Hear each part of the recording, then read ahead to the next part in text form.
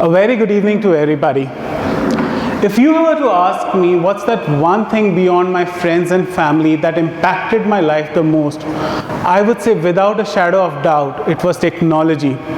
Ever since it stepped in, my life changed 180 degrees. I could easily divide my life into two phases, the one before technology and the other after technology. Yet I would like to describe my relationship with technology as that of a frenemy. Yes, you heard it right, frenemy. Something that possesses a quality of a friend and enemy. And I can assure you, millions of people with disabilities around the world feel the same. Through my talk, let's understand why do I explain or refer to technology as a frenemy. I grew up in Mumbai in a very regular, low-key family. I used to go to the school, fight with my brother, had a very protective family. Everything was all very normal until I was 13 years old. It was then I was diagnosed of this condition called retinitis pigmentosa. I was informed that over a period of time, I will lose my ability to see, eventually becoming blind. In the next few years, not only my eyesight came down, but also my aspirations, confidence, and the self-worth. I would wonder, how would I ever complete my education when it's so difficult for me to even read books? I would be very annoyed, very jealous of my friends when they would get all these new gadgets, new laptops, the iPods, the mobile phones, and they would do all this amazing thing, and I would be there at the corner sulking, wondering, how will I ever use these wonderful gadgets? I always used to wonder, every job in the future will require me to operate computers, but with my ability, I'll not be able to do that. Will I always be a parasite, someone who's dependent on others for every small and large thing? Fortunately, a lot of this changed when I was introduced to this friend called technology. And while I will talk a lot about information technology, I would want you to think technology in the most purest form. It's all those devices that help us achieve goals, reduce our human efforts. I was first introduced to this technology called screen readers, which allowed me to access mobile phones and computers. It's a sophisticated piece of software that converts all the visual elements on your desktop screen, including text, into spoken output. So suddenly, the blurring screen in front of me became alive. I was now able to navigate through the file explorer. I was able to activate the menus, and I was able to engage with the content. It empowered me to do several things. Amongst these included, it allowed me to read. It not only enabled me to complete my education, but also indulged myself into this wonderful world of books. It restored my confidence because now I was able to operate the productivity suites, and I knew I could create documents, learn new things, analyze data, and create presentation. I was able to travel the world with the assurance that I'll not be lost and my safety is taken care as long as I have a mobile phone with a good connectivity and GPS. It also allowed me to restore my independence. I was able to shop online. I was able to operate my bank account. Heck, I was also able to play games. Screen readers are a type of assistive technology. They're a type of a technology called assistive technology. And millions of people with disability use different types of technology that helps them to live with independence.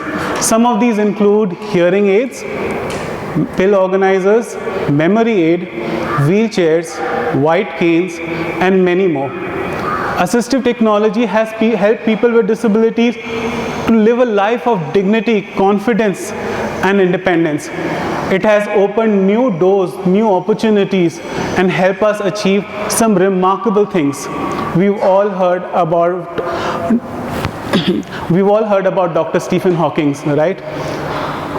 But unfortunately, it's just assistive technology is just not enough to provide access to people with disabilities. For technologies like website, softwares, transportation, services, if all that has to be inclusive for people with disabilities, it has to be accessible. Accessibility is the features of your technology that allows a people of a wide range of disabilities to access them.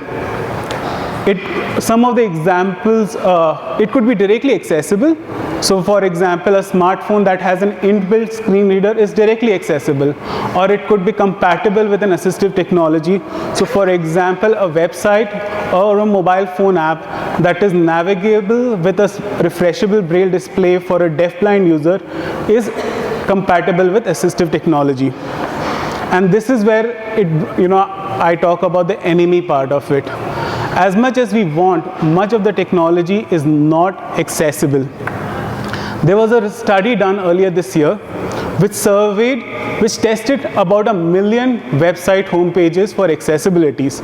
And you'll be surprised to know the result. 99% of the website surveyed had accessibility challenges. As a result, much of the web becomes inaccessible. Inaccessibility is a serious enemy. It creates barriers, it restricts our opportunity, it limits our choices, it makes us dependent. And it not only affects a larger issues like employment, education, but also in our day-to-day activities. Let me give you a few examples. I cannot download my Aadhaar card independently because the website asks me to fill a CAPTCHA which doesn't work with my screen readers. I always have to, I have to forego all the discounts in the food tech and the online shopping because only a handful of these technologies work with my screen readers. I cannot enjoy my films and series because most of them do not have audio description in it. It's interesting that content producers have crores of rupees for their costume designs, set designs, songs and dance sequence, but they don't have thousands of rupees to incorporate audio description. And the misery doesn't end there. There are streaming platforms which has licenses to broadcast international titles. Mind you, many of these international titles have audio description included in it. But when these streaming platforms, they broadcast those titles in India, they have very conveniently omitted the audio description. And there are many such other examples. Have you ever thought how difficult it could be for people who has a vision disability to access bus transportation system? It's nearly impossible for me to really identify the numbers and board on it independently. Imagine the plight of a wheelchair user who goes into a hospital and sees that the examination bed are all at a certain height and there's no way that they can transfer themselves. Hospitals don't even have the weighing scales that can enable to measure the weight of a wheelchair user. So inaccessibility is all around us. It's a serious enemy. But this enemy can be bridged. But before we come to how can it be bridged, many of you would ask, Ankit, I understand, I sympathize with you, your cause, but why should I care to make your technologies accessible or friendly for people with disabilities? So I have two responses, a carrot and a stick. The carrot is that we all want our products to be used by as many people as possible. You'll be surprised to know that there are more than 1 billion people in the planet which has one or the other form of disability. That makes it 15%. Extrapolated to India will be a population of 200 million. Even with the most conservative estimates, our population is higher than the population of Delhi and Mumbai put together. Clearly, it's a large enough population for no service provider, no technology provider to miss. In addition, there are studies which indicates that people with disabilities and their immediate friends and family has a huge disposable income. Some estimates peg the number at $8 trillion US. Now, if you have to contrast that, India's GDP is roughly at $3 trillion. So that disposable income is nearly 3 times of India's total GDP. So clearly there is enough incentive for you to do it. But even if this carrot doesn't inspire you, there's a stick. The stick of government making it mandatory for technology and service providers to incorporate accessibility. India too has a Rights of Persons with Disabilities Act, which has provided timelines and guidelines on making products and services accessible. Moreover, there are many countries in which you cannot do business with the government if your products are not accessible.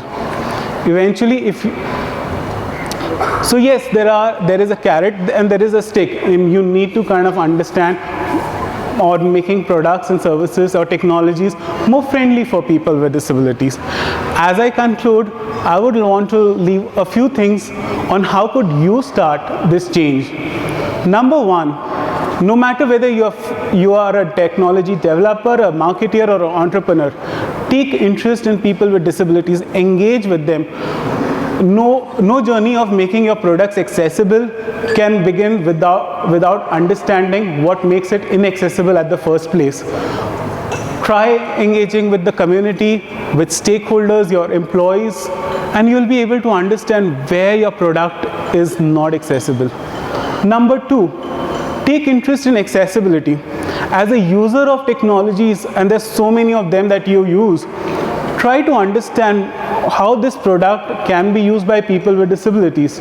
All of you own a smartphone.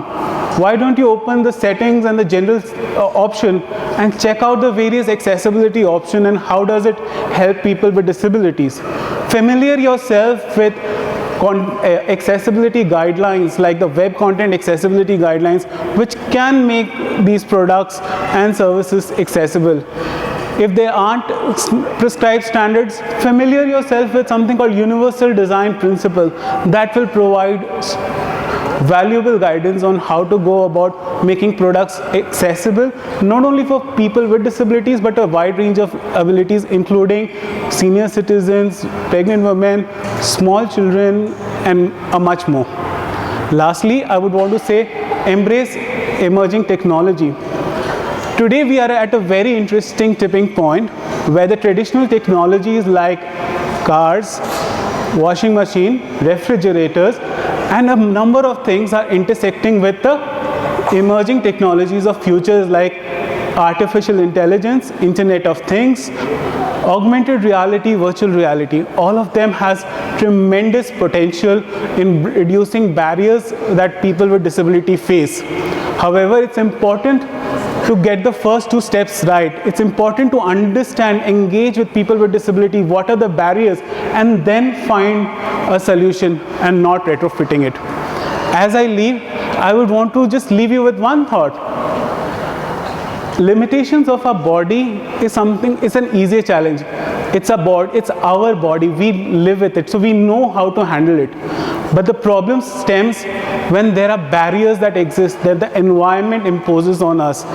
And a lot can change if people, a lot of things can change if we as people, when we do not get excited only about artificial intelligence, use our human intelligence to really make a difference between friend and an enemy.